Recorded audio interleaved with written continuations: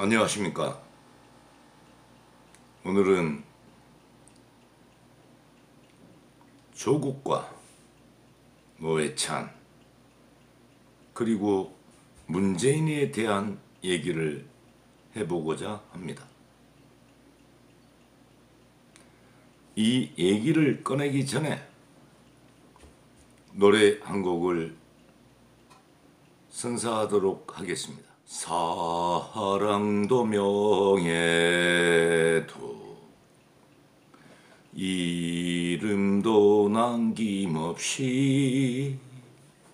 한평생 나가 찾던 뜨거운 맹세 동지는 간데없고 깃발만 나부껴 새날이 올 때까지 흔들리지 말자. 세월은 흘러가도 산천은 안다. 깨어나서 외치는 뜨거운 함성 앞서서 나가니 산자여 따르라. 앞서서 나가니 산자여 따르라. 님을 위한 행진곡은 저는 이 시대 애국가라고 생각합니다. 네, 먼저 서두에 님을 위한 행진곡 노래를 돼지 먹다는 소리로 한번 해보았습니다. 네, 제가 서두에 말씀드렸듯이 문재인, 조국에 대한 얘기를 한번 해보고 저는 이명박, 박근혜가 싫어서 농촌으로 귀농을 하면서 이 세상과 등을 지고 싶었습니다. 그리고 촛불이 점화되면서 저는 새로운 시대가 열리나 보다 하면서 다시 도시로 나와 생활을 하고 있습니다. 저 역시 간사한 놈입니다. 그런데 지금 문재인 정권 하에서 살고 있는 저는 너무너무 참혹하고 비참하고 말로 형언할 수 없는 자괴감과 이 세상을 내가 살고 있는 것 자체가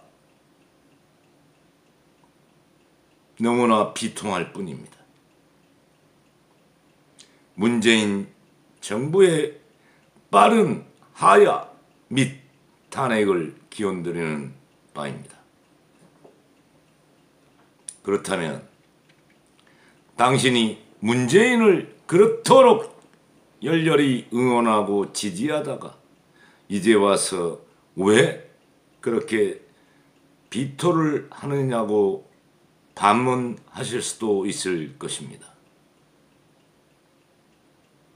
제 손목을 자르고 싶은 심정입니다.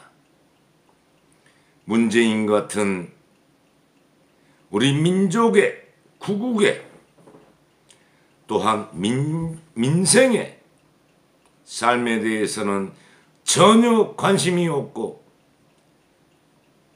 도대체 그 음흉하고 흉악한 놈이 무슨 짓을 하고 있는지를 도저히 이해하기가 어렵습니다.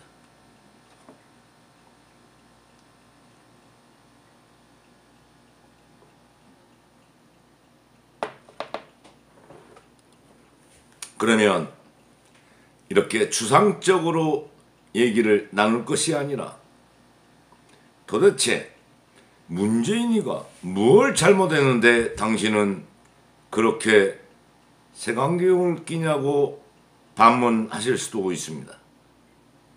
그거에 대해서 한번 따져보겠습니다.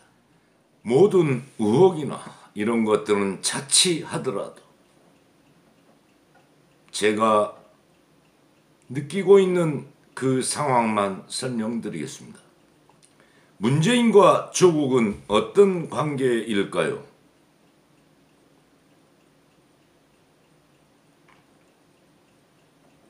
조국은 피의자로서 검찰과 법정에 출두를 하면서도 단 한 번 모가지를 굽힌 사실이 없습니다. 영상을 지켜봐 주십시오. 단 한 번 모가지를 숙이면서 국민 여러분께 죄송합니다라는 소리 단 한마디도 하지 않고 마치 개선 장군처럼 모가지를 뻣뻣이 세우면서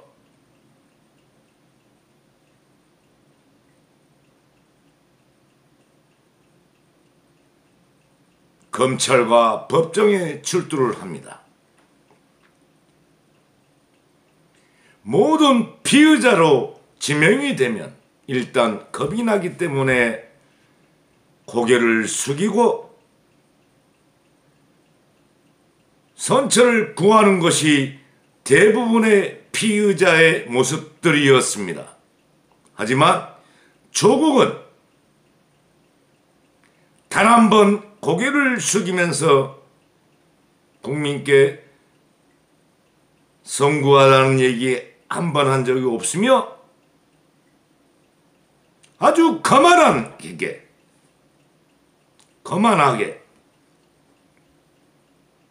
내 생전 살아서 검찰에 송환되고 판사 앞에서 판결을 받아야 될 피의자가 그처럼 자신만만하게 행동하는 놈은 처음 보았습니다. 도대체 조국은 무엇을 믿고 그렇게 행동할까요? 문재인이가 자기한테 약점이 많기 때문에 절대 자기를 건드릴 수 없다는 확신에 찬 그런 모습이었습니다. 조국의 구속 취하는 당연히 예견되어 있던 사항이고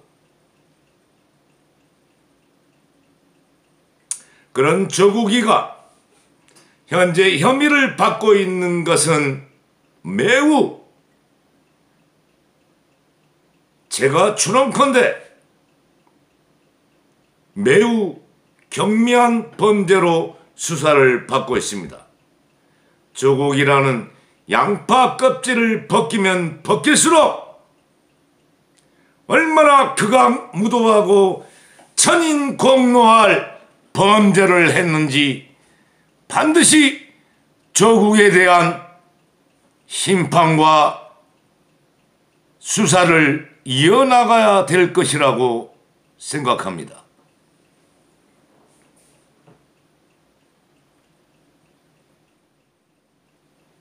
그럼 먼저 구체적으로 얘기를 해보도록 하겠습니다. 도대체 당신은 조국이가 무슨 잘못을 했다고 그렇게 날선 공격을 하냐고 하실 분들이 계시기 때문에 구체적으로 얘기를 진행해 보도록 하겠습니다.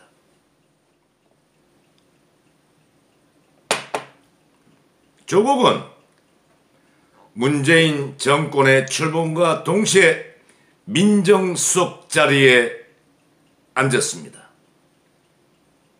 문재인은 본인이 민정수석을 했기 때문에 조국이를 굉장히 신뢰했던 것 같습니다. 문재인의 핵심 참모로는 김경수가 있고 조국이가 있습니다. 유시민은 불행하게도 많은 오점이 있어서 그는 제외시킨 것 같습니다. 김경수는 문재인을 대통령 만들기 위해서 드루킹과 함께 킹크랩을 조장했던 3.15 부정선거를 뛰어넘은 이 나라 민주민권의 정치를 부정한 흉악무도하며 사형을 시켜야 될 존재들입니다. 그 중심에 김경수가 있습니다. 조국이는 같은 파벌 내에서 정적들을 없애는 역할을 하였습니다. 안희정, 이재명 모든 정적들을 제거하는 역할을 민정수석 자리에서 맡았습니다. 이 둘은 포스트 프레지덴트를 꿈꾸며 이 나라의 황태자로 등극하였던 것입니다. 그들은 어떤 범죄를 저질러도 감옥에 가지 않습니다. 김경수가 법정 구속시킨 양심적 판사가 있었음에도 불구하고 김경수는 풀려나와 경남도지사직을 잘하고 있습니다. 조국이 구속영장을 신청했던 윤석열이 하지만 살아있는 권력이라고 했던가요? 조국이는 자유의 몸이 되었습니다. 조국의 범죄는 양파를 까듯이 까도 끝이 없는 범죄입니다.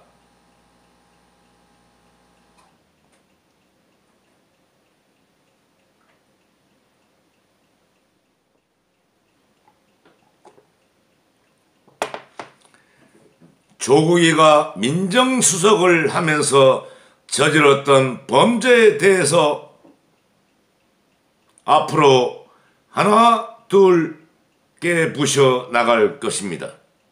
오늘은 조국이와 문재인 그리고 노회찬에 대한 얘기를 할까 합니다. 많은 의혹이 있지만 저는 팩트 중심으로 말씀을 드리겠습니다. 팩트라는 것은 사실을 얘기합니다. 증명되지 않은 사실 가지고 떠들지 않겠다는 얘기입니다. 노회찬 죽음에 대해서 한번 살펴보도록 하겠습니다. 저는 노회찬이 죽은 이후에 즉각적으로 노회찬의 죽음은 자살이 아니다라는 것을 강력하게 감지했으며 SNS를 통해서 노회찬 자살 조작 시민 진상 조사단을 결성한 사람입니다. 그리하여 그 조직을 부대표를 맡으면서 1년여 동안 노회찬이 자살이 아니라는 여러 가지 증거를 가지고 있으며 현재 의식이 있는 국민들은 다 알고 있는 사실입니다. 그것을 한번 정리해 드리고자 합니다. 일단에 노회찬의 죽는 과정은 이렇습니다. 몇몇 당의 국회의원들이 미국을 방문했고 오늘 미국에서 노회찬이 귀국을 합니다. 그리고 의식은 뚜렷했지만 굉장히 효자였던 노회찬은 귀국하자마자 제일 먼저 자신의 어머님이 계시는 삼성병원으로 향합니다. 효자 노회찬은 어머님께 외국에 여행한 기념으로 무언가를 선물을 했겠죠. 그리고 집으로 향합니다. 노회찬이 죽는 그 다음날 아침 8시에 노회찬의 부인 김지선은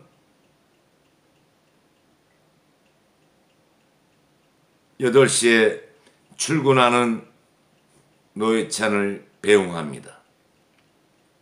그리고 그 노회찬의 비서관 수행기사 하동원이 8시부터 노회찬이 죽는 9시 38분까지 노회찬과 함께 했습니다. 8시에 아침 8시에 국회의사당으로 향했고 8시 50분에인가 국회의사당에 도착을 했습니다. 그리고 8시 50분부터 9시 10분까지 노회찬 의원은 국회의사당에 자신의 사무실에 가지 않고 밖에서 하동원 기사와 함께 머뭅니다. 그리고 9시 10분경 자신의 어머님이 살고 있고 동생이 살고 있는 남산의 아파트로 가자고 하동원 기사에게 얘기를 합니다. 그래서 9시 10분에 국회의사당에서 출발한 노회찬 차량은 9시 30분에 노회찬 의원의 노모를 모시고 살고 있는 동생 집에 도착을 합니다. 하동원 기사의 증언에 의하면 9시 30분에 남산에 있는 아파트에 도착을 했고 4, 5분 있다가 화장실에 갔다 오니 경찰들이 와 있고 노회찬이 죽었다는 자살을 했다는 사실을 알게 됐다고 증언하였습니다. 하동원 기사님, 하동원 비서관님, 당신은 지금 현재 어디에 살고 계십니까? 부디 그날의 그 목격을 양심 선언을 해줄 수는 없는지요?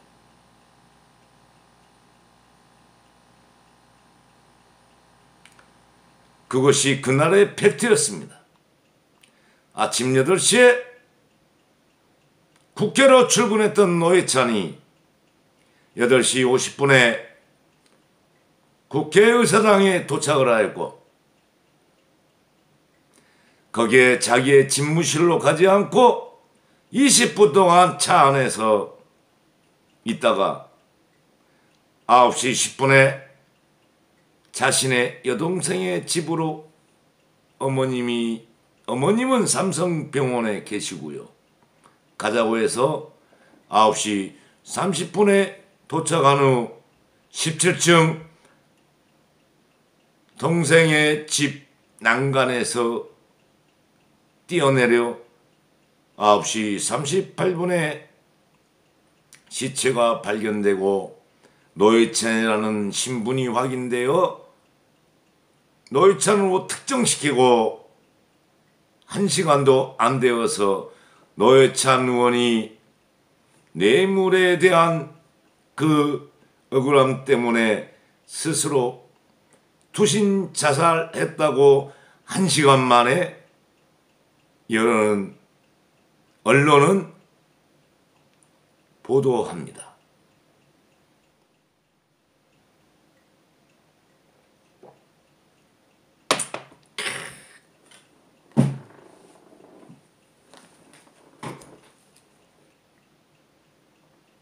대한민국에 의문사는 많습니다. 그러나 여기서 제가 아는 지식이 없기 때문에 그거에 대해서 언급은 하고 싶지 않습니다. 그러나 노회찬 의원의 죽음은 도저히 이해할 수 없는 의문사입니다. 하동훈 수행비서관님, 지금은 어디에 살고 계시는지요? 그날 아침 8시부터 9시 30분까지 함께 계셨나요?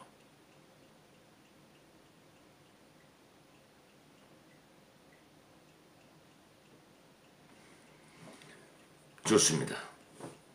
그러면 그런 정황만 가지고 노회찬이 의문사당했다고 주장하는 것은 너무 터무니없는 얘기일 것입니다. 구체적인 증거와 정황을 밝혀야 될 것입니다.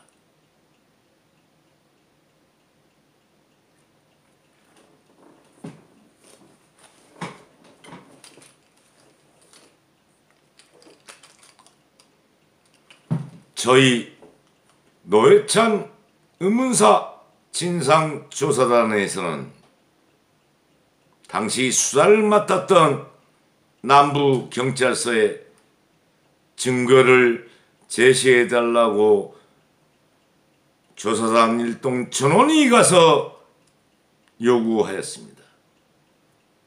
그러나 그들은 아무런 증거를 저희들에게 밝혀주지 않았습니다. 좋습니다. 경찰이 그렇게 직접적인 이해 당사자가 아닌 사람에게 증거를 공개할 이유는 없을 것입니다. 하지만 노회찬은 공인입니다. 국가 국민의 사랑을 받는 유력한 정치인이셨습니다.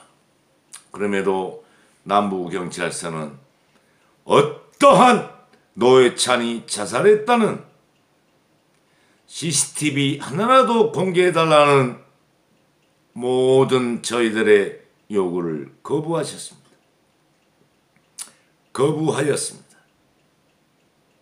하여 저희는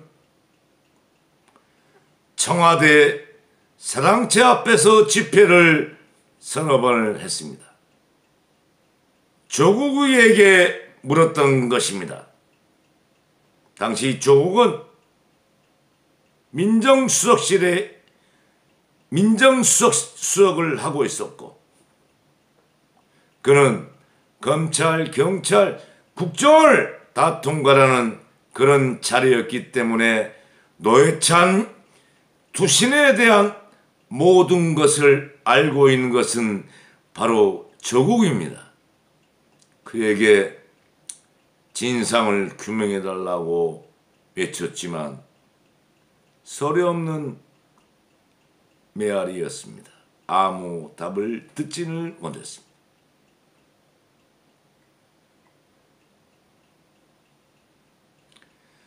조국이는 노회찬이 살아있는지 죽었는지, 죽었다면 어디에 묻혀있는지 모든 것을 알고 있는 사람입니다.